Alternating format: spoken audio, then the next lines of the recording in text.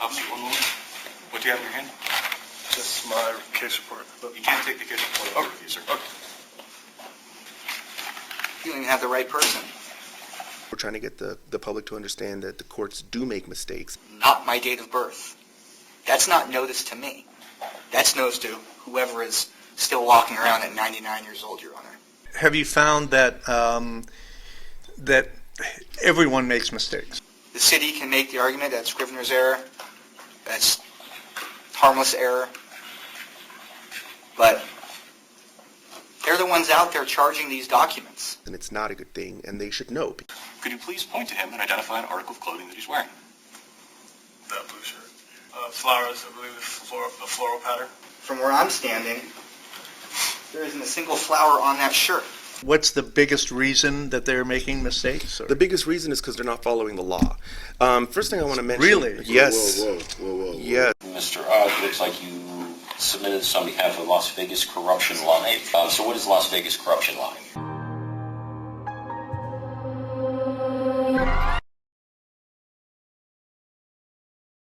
ahead and scan that one. City of Las Vegas versus Cesar Corrales, case number 25-050868, pedestrian vehicular interference. City, are you ready to proceed to trial on this case? Your Honor, we are ready. And I would ask for a brief moment so I can go inform the witness on the previous case that they can depart. Absolutely. Thank you, Your Honor. This will be it. City of Las Vegas versus Cesar Corrales, case number 25-050868, pedestrian vehicular interference. Does either party have any pre-trial motions? None from the city, Your Honor. Mr. Darrell? Since that's one, Your Honor. Yes. Thank you.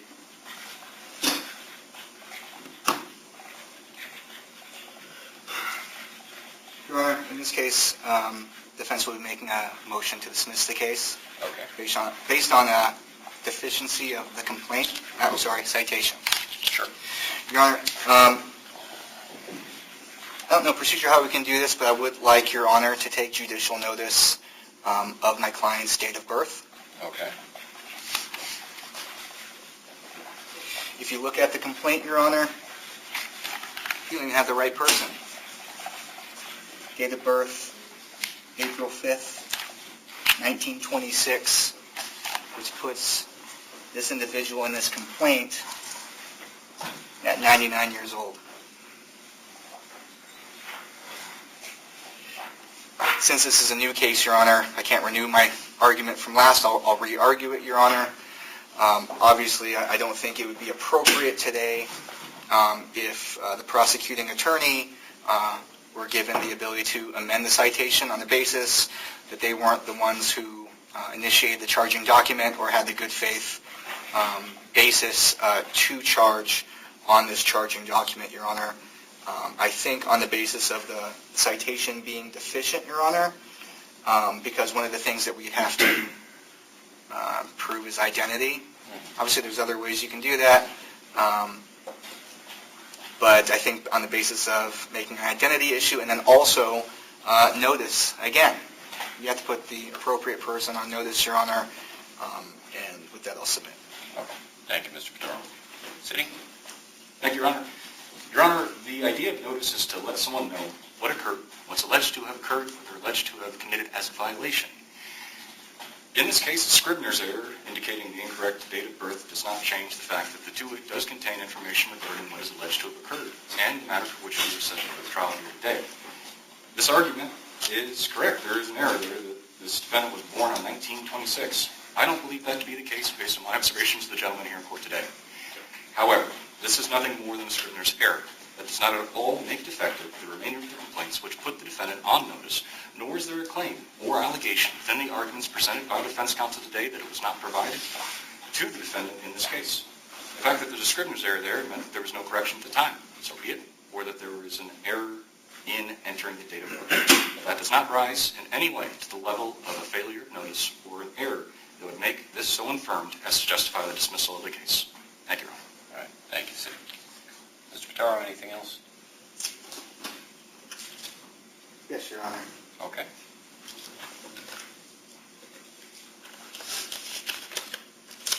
Brief indulgence.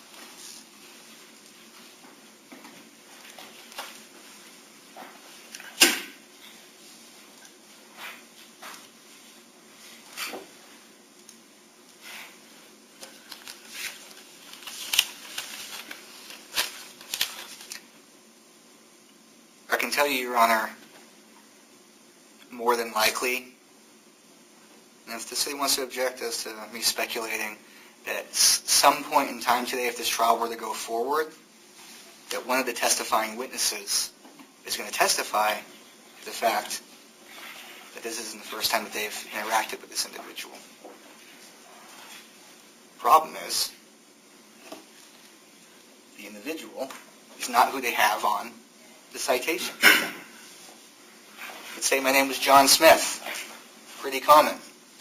Just because a citation says John Smith on it and I'm a John Smith, doesn't mean that that's me. Now, regarding notice, Your Honor, yes, I completely understand and agree with the city what a notice pleading is. It's to the person that you're charging, not another person. So if I'm given a citation or a complaint of somebody else, and on it says Nicholas Pitaro, and it has not my date of birth, that's not notice to me. That's notice to whoever is still walking around at 99 years old, Your Honor. I think that this citation is deficient. Again, I do not think that the city has the ability to amend that document. And look, our courts are courts of procedure. I can tell you right now, if I don't follow procedure, I'm not doing my job appropriately. And I have to live with those consequences. That's why we have rules of procedure. The city can make the argument that Scrivener's error, that's harmless error, but they're the ones out there charging these documents. These are misdemeanors, Your Honor. That's why I'm on the case. This isn't a civil infraction. Today, if we go forward on this trial, at the close, he's subject up to a $1,000 fine and 6 months in the county jail. That's loss of liberty, Your Honor. That's why it is important for the charging document to be associated with the actual person that they want to charge. I don't think it's appropriate to go forward today, Your Honor, because I think it's deficient, and I think it calls into question identity, Your Honor, in notice. I'll submit. Thank you. Thank you, Harold. All right, I'm going to deny defense motion to dismiss. Agree with the city. The basis of the complaint is to place the defendant on notice. The obligations for a legally sufficient complaint require the charging law, the law that the case will be proceeding under, as well as the name or nature of the offense, as well as sufficient facts to allow the defendant to understand the applicability to the circumstances that arose to them being charged with a crime. In this case, a citation was issued. It was signed under penalty of perjury by an Officer Loa, indicating that he believed the above-named person is the one that committed the crime. While I tend to agree with the city's assessments, based on my observation of Mr. Corrales in court, it seems unlikely that he was born in 1926. However, there are additional indicia of identification here. One, his name. Two, the address of residence. But simply put, this was a citation that was issued to a person. It was issued to that person in regards to a particular crime as being prosecuted under a particular municipal ordinance with sufficient facts to apprise them of the charges against them. So I am going to deny defense motion. Mr. Pitaro, any other motions or pretrial requests? If I haven't already, just invoking the exclusionary rule, Your Honor. Okay. You did on the other case, but in this case, if anyone's here to testify on this matter, if you could step outside. City, who do you intend to call first? First witness would be... And I'm sorry, guys. Don't discuss your testimony outside until the case is done. Officer Lowe.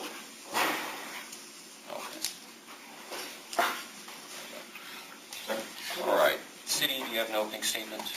No, we waived your opening statement, Your Honor. Defense? Go around and just stand on the bench, you guys. Mr. Pitaro? Sorry, Officer Lowe, just hang out for me on the bench right there behind the city. Mr. Pitaro, city's waived opening. Do you have an opening statement? Waive, Your Honor. Oh. All right, City, go ahead and call, you said Officer Lowe is your first, Officer Lowe is your first witness. okay, go ahead and call Officer Lowe. City Come on up, Officer Officer Lowe. If you'd step into the witness stand, raise your right hand and be sworn, please. Officer, one moment. What do you have in your hand? Just my case report. You can't take the case report over with you, sir. Okay. Thank you.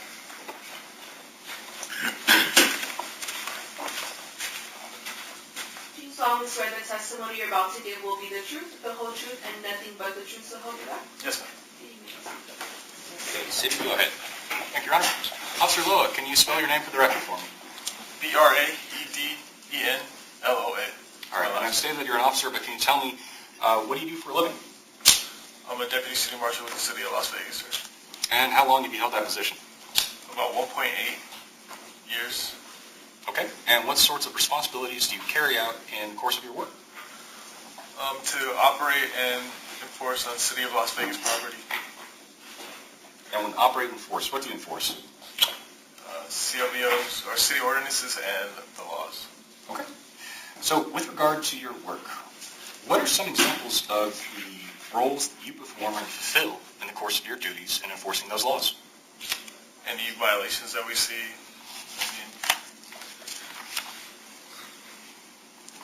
Any violations that we see that are enforceable by the law.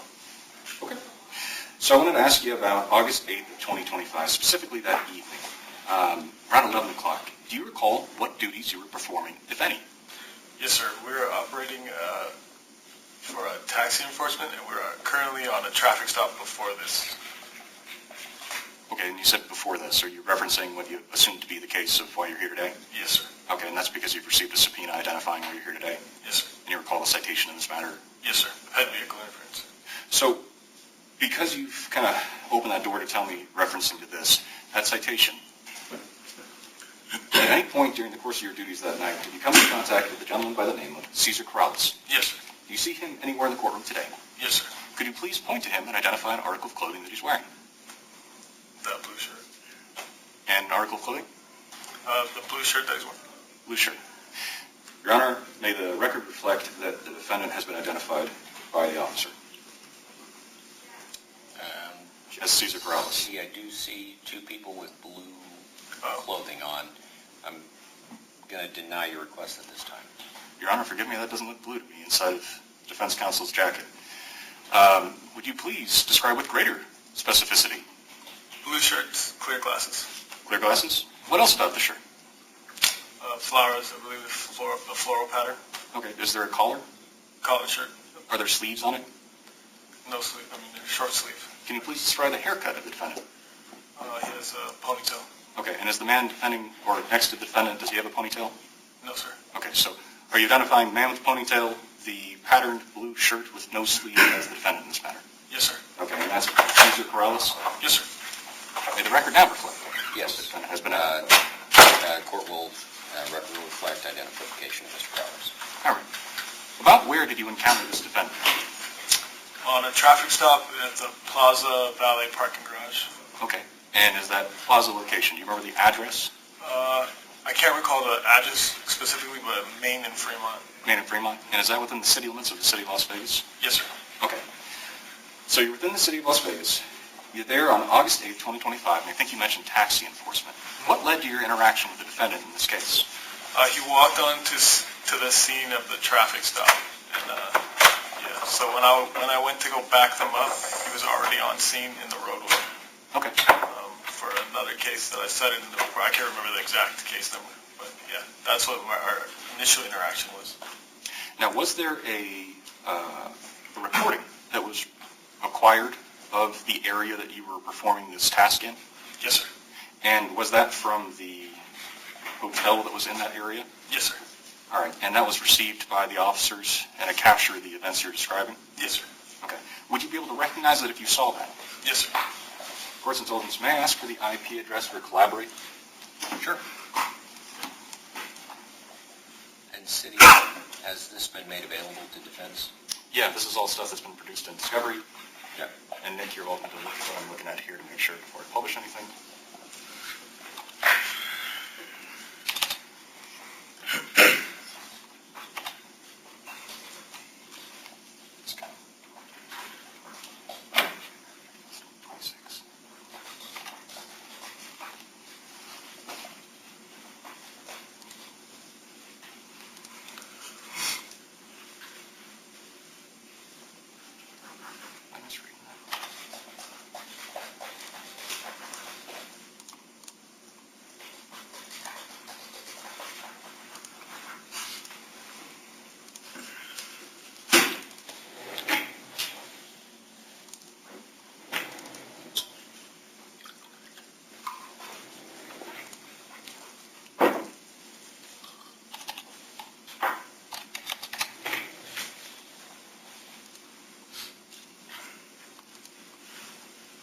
Regret to say that the collaborate does not appear to be working.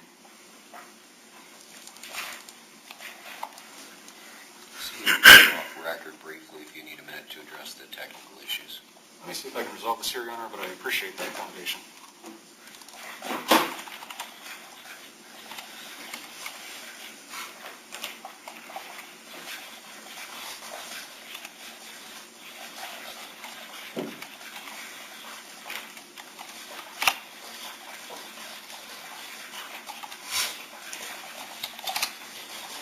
All right, there we go. Okay.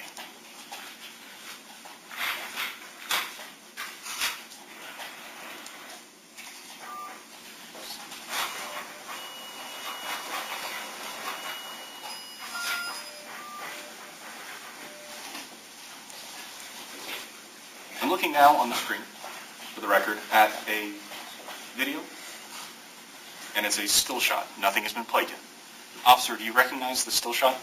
Yes, sir. Do you recognize what it's from? Yes, sir. How or what do you recognize it to be? The original traffic stop that was taking place beforehand, before the pet vehicle interference. And how do you recognize this particular video? Well, the date and time, and then the car, the vehicle number. Okay, and have you seen this video before? Yes, sir. And does it truly and accurately depict the events of that night as you witnessed them? Yes, sir.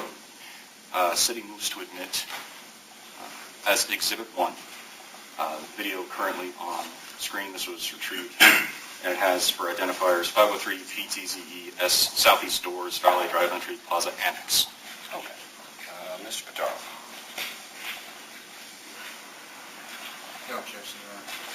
All right, City, go ahead and publish, and we will introduce into evidence. Thank you, Your Honor.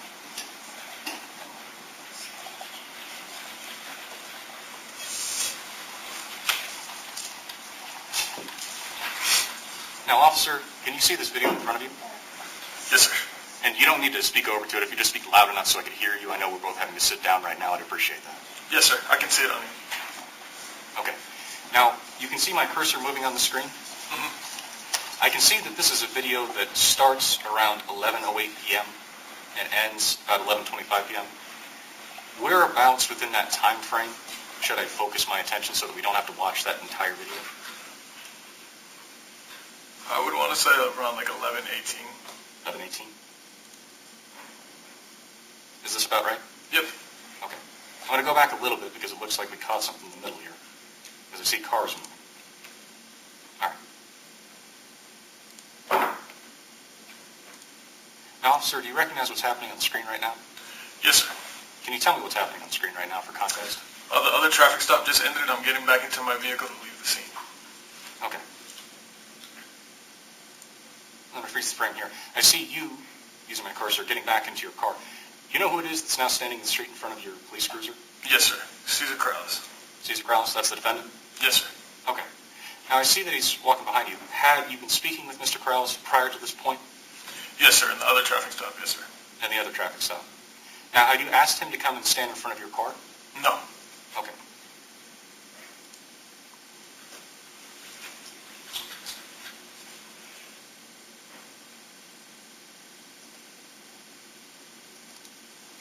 Now, can you tell me what's happening here? Because we don't have audio on this video. We only have the video.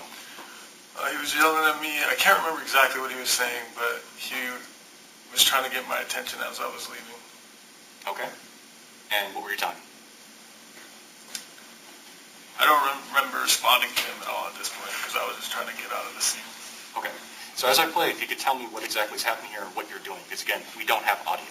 Mm-hmm. I'm just getting ready to leave. And as he's standing in the middle of the street, I can't make the turnaround to get to the other side of the street. So in doing so, I have to make a 5-point turn.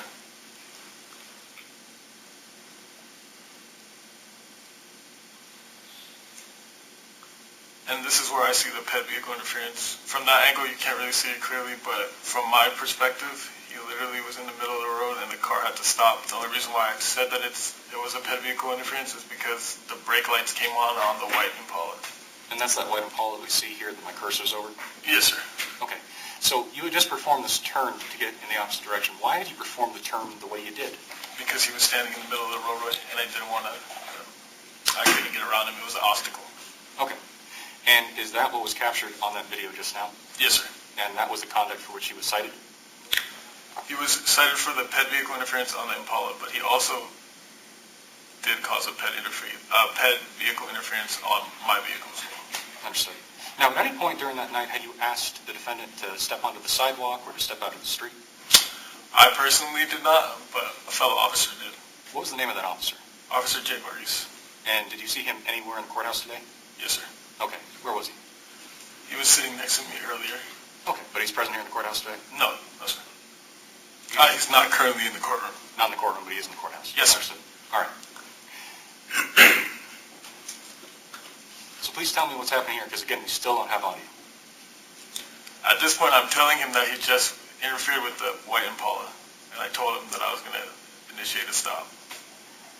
Now, I'm seeing vehicles come in even as you're driving in. Is this still an active street? Yep. Okay. Now, it looks like you guys are at the bottom left-hand corner of the screen. Is this still you speaking with the defendant? Yes, sir. Okay. And at this point, what are you doing? I'm giving the radio traffic to let dispatch know that what I have, which is a pet vehicle interference. Okay. And I'm letting Cesar Corrales know why I'm stopping him. Did he give any explanation as to why he was in the road? He said the pedestrian always has the right of way. That the pedestrian always has the right of way? Yep. Okay. Even when in the street? Yes.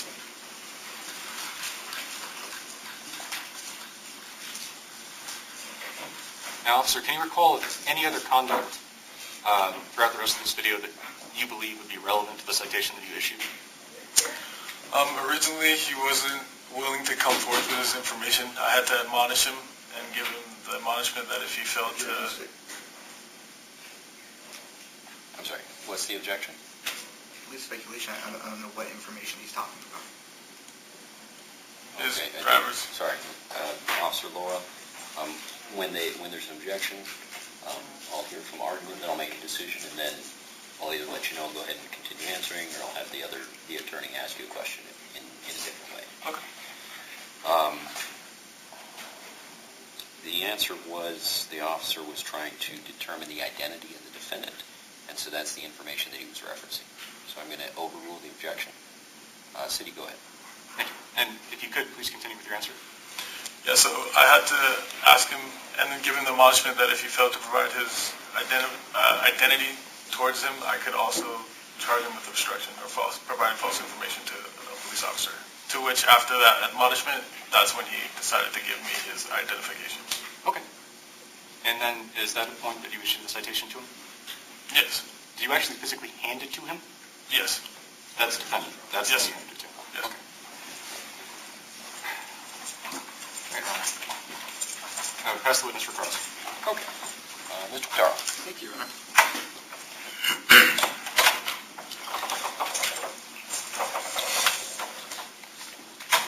Let's talk about your qualifications for a second, okay? So, up until this point, during this event, you had been a police officer for 1.8 years at that time? Yes, sir. Okay. About a year and a half during that time? About approximately. And how many of these types of interactions within the year and a half, year and 8 months mark have you had? A fair amount. I did a full phase on Fremont for field training. Ballpark for me, if you could. How many citations have you issued of this nature in that time? For pet vehicle interference, I couldn't say, sir. I couldn't. 20? Maybe. I can't say a certain amount. Okay. You can't ballpark 20, 50, 100 in that time? Objection. Asked and answered. Sustained.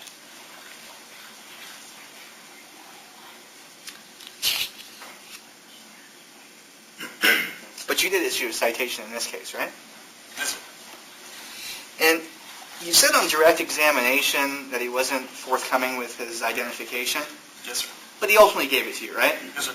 And that's how you were able to issue the citation? Yes, sir. But even after he gave it to you, did you get his identification right on the citation?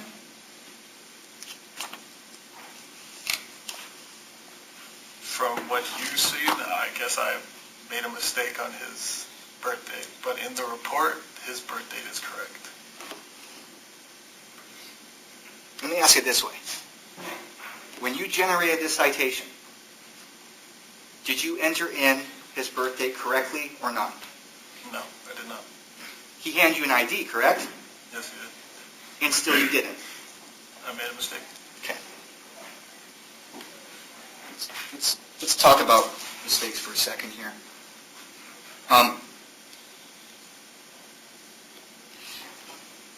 You were asked a question about identification today in court, correct? Mhm. Do you remember saying on direct I'm sorry. exam? I'm sorry, Mr. Officer Lewis, just for the recording, on the yes or no questions, if you could just say either yes or no. Okay. I can hear you, I think they can hear you, but sometimes it doesn't show up on the recording. Okay. And I'm sorry, Mr. Pataro, go ahead. Do you remember on direct examination, were you asked to identify an article of clothing? Yes, sir. First you said blue, right? Yes, sir. But then do you remember saying on direct examination that my client was wearing a floral shirt? Yes, sir. Your Honor, if the court will permit, Your Honor, if the testifying witness could get a little closer to view his shirt, and then he could sit back down once he's done it. City, any objection to Officer Loa giving his perspective on the defendant? I would object as to relevance, as identity has already been established without challenge. Mr. Pataro, how is it relevant? Well, it's relevant because it goes to his credibility of his recitation of what happened. We have a testifying witness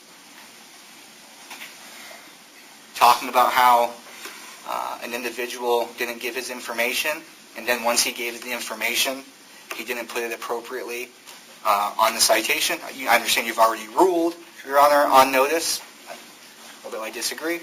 I stand by your ruling. Sure. Then we have the same testifying witness today saying that, yeah, for purposes of identity, he gave other indicators of identity, but I don't know, maybe you're talking 10 feet, Your Honor.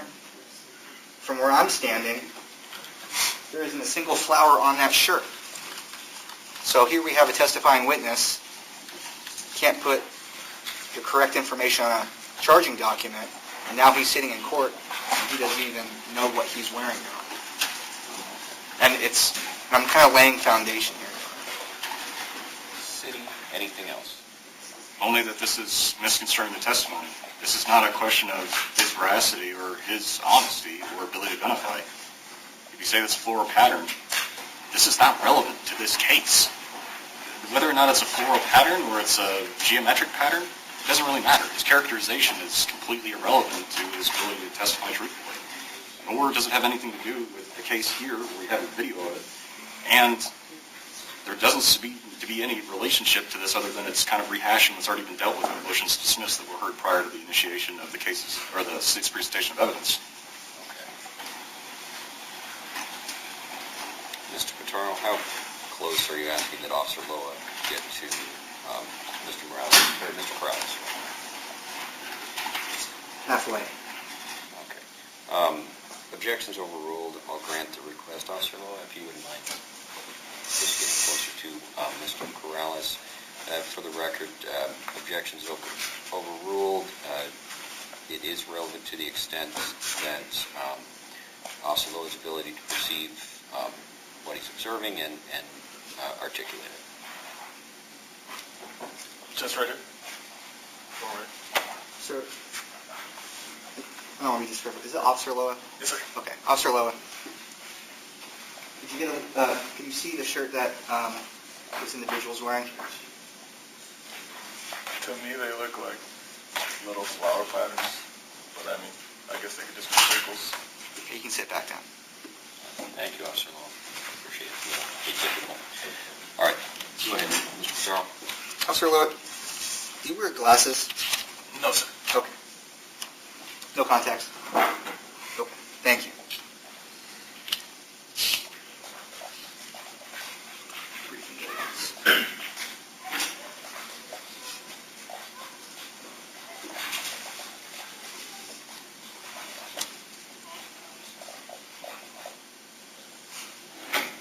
in the area near the plaza.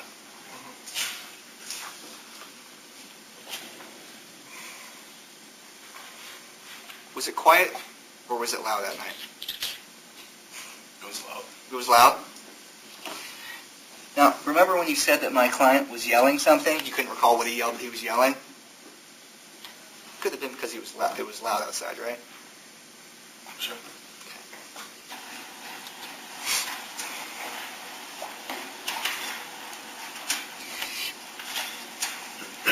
Remember when you testified earlier on direct examination, you said you were walking back to your car, correct? And that was because the traffic stop was over. So your investigation was over, correct? And you mentioned on direct examination about maybe a potential obstruction charge. But you weren't in the course before you used the citation, but as you're walking to the vehicle and getting in your car and driving away, you weren't in the course of any investigation, correct? Yes, sir.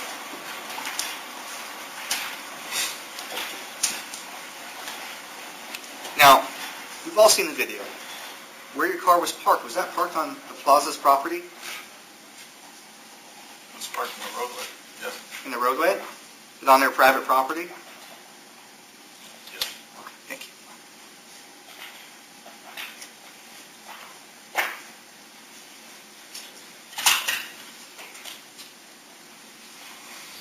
Now, I don't know if you said this on direct examination, but do you remember ever telling Mr. Coriolis to get out of the road?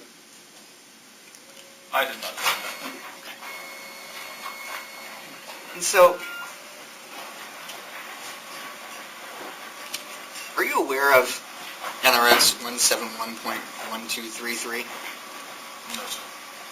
I'll tell you what it is. It's essentially the ability codified into our statutes that people are allowed to film police, right? And absent them obstructing any investigation, they're allowed to do so, right?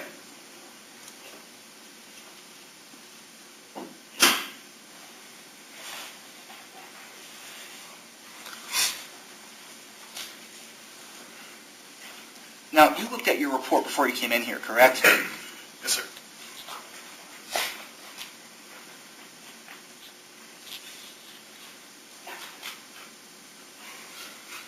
Brief indulgence.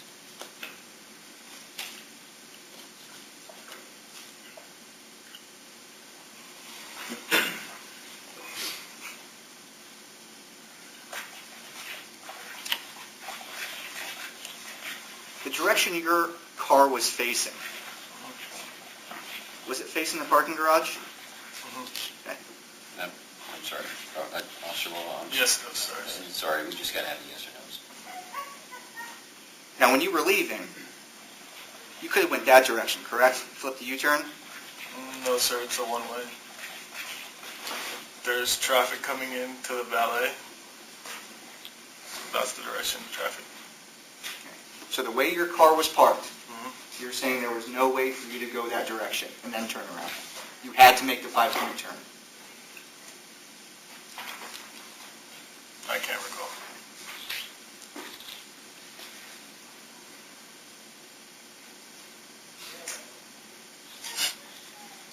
Brief indulgence.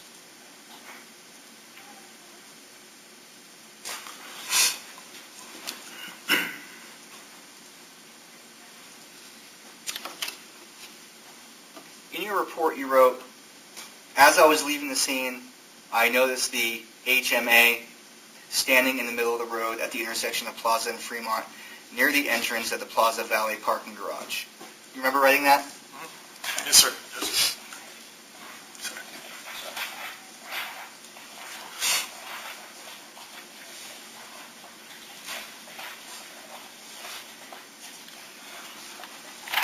And then you go on to say that he was still essentially sitting in the middle of the roadway? Yes, sir. Okay.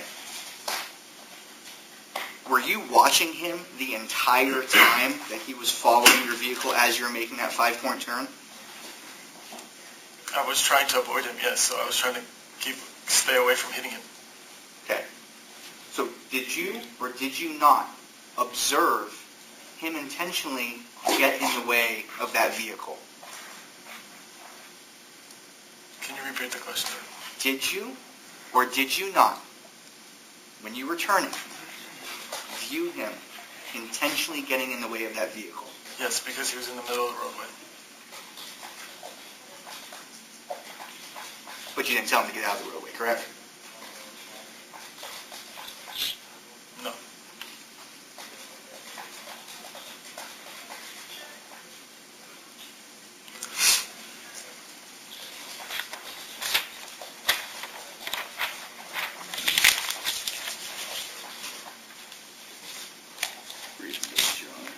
Sure.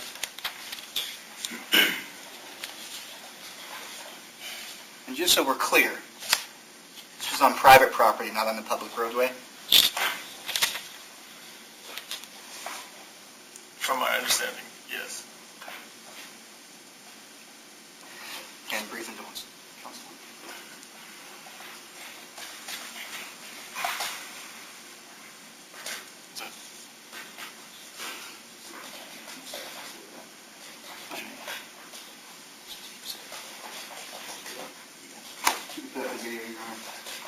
Sure. And for the record, City, we didn't identify this at the time of admission. This is City's proposed 1, is that correct? Your Honor, I believe it had been admitted as City's Exhibit 1. I'm sorry, City's Exhibit 1. It should have been labeled as City's proposed. Now that it's been admitted, your intention would be to identify it as City's Exhibit 1? Yes, Your Honor. Oh.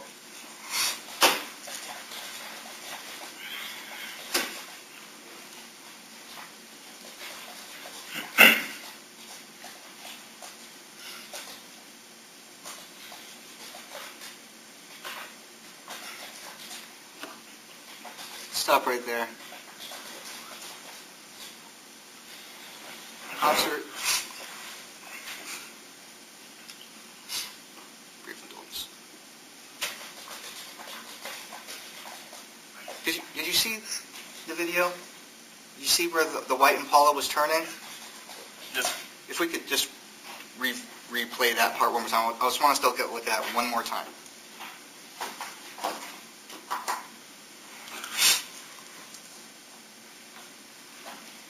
Where exactly did my client stand in front of that car? I mean, from my perspective, it looked like he was in front of the car. Is it possible that your perspective was wrong? I'm human. Is that a yes or a no? Yes.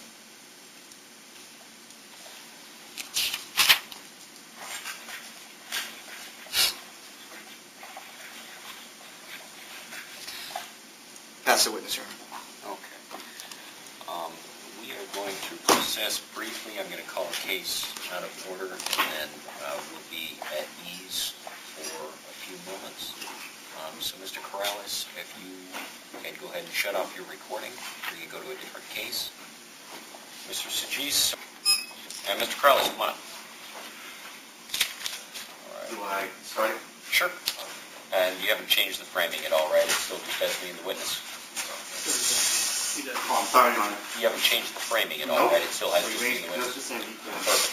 All right. This is recalling City of Las Vegas versus Cesar Corrales, case number 25-050868, interference.